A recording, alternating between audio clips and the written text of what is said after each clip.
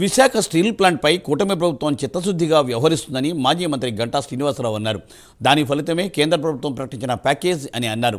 Steel ప్లాంట్కు కేంద్ర ప్రభుత్వం 11,500 కోట్ల రూపాయలు కేటాయించడం అభినందనీయమని ఆయన అన్నారు.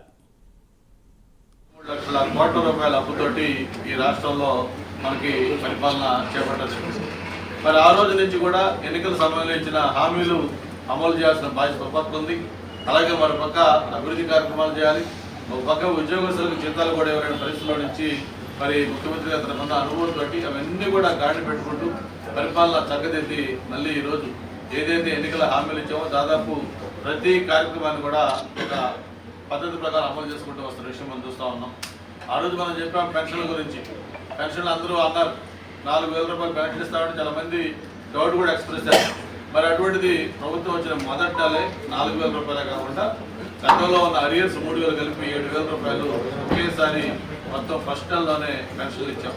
4,500 కోట్ల రూపాయలు, దాదాపు 65 లక్షల మందికి 25 రకాల పెన్షన్లు, 4,000, 6,000, 10,000, 15,000 ఇట్లా 4 రకాల మొత్తం ఇది ఆ రోజు మొత్తం ఇవ్వడం జరిగింది. అంతేకాకుండా అప్పట్లో వాలంటీర్స్ లేకపోతే పెన్షన్లు పెంచలేము అని చెప్పి ఎలక్షన్ సమయంలో ఏ విధంగా వైఎస్ఆర్ ప్రభుత్వం ప్రజలు ఇబ్బందులు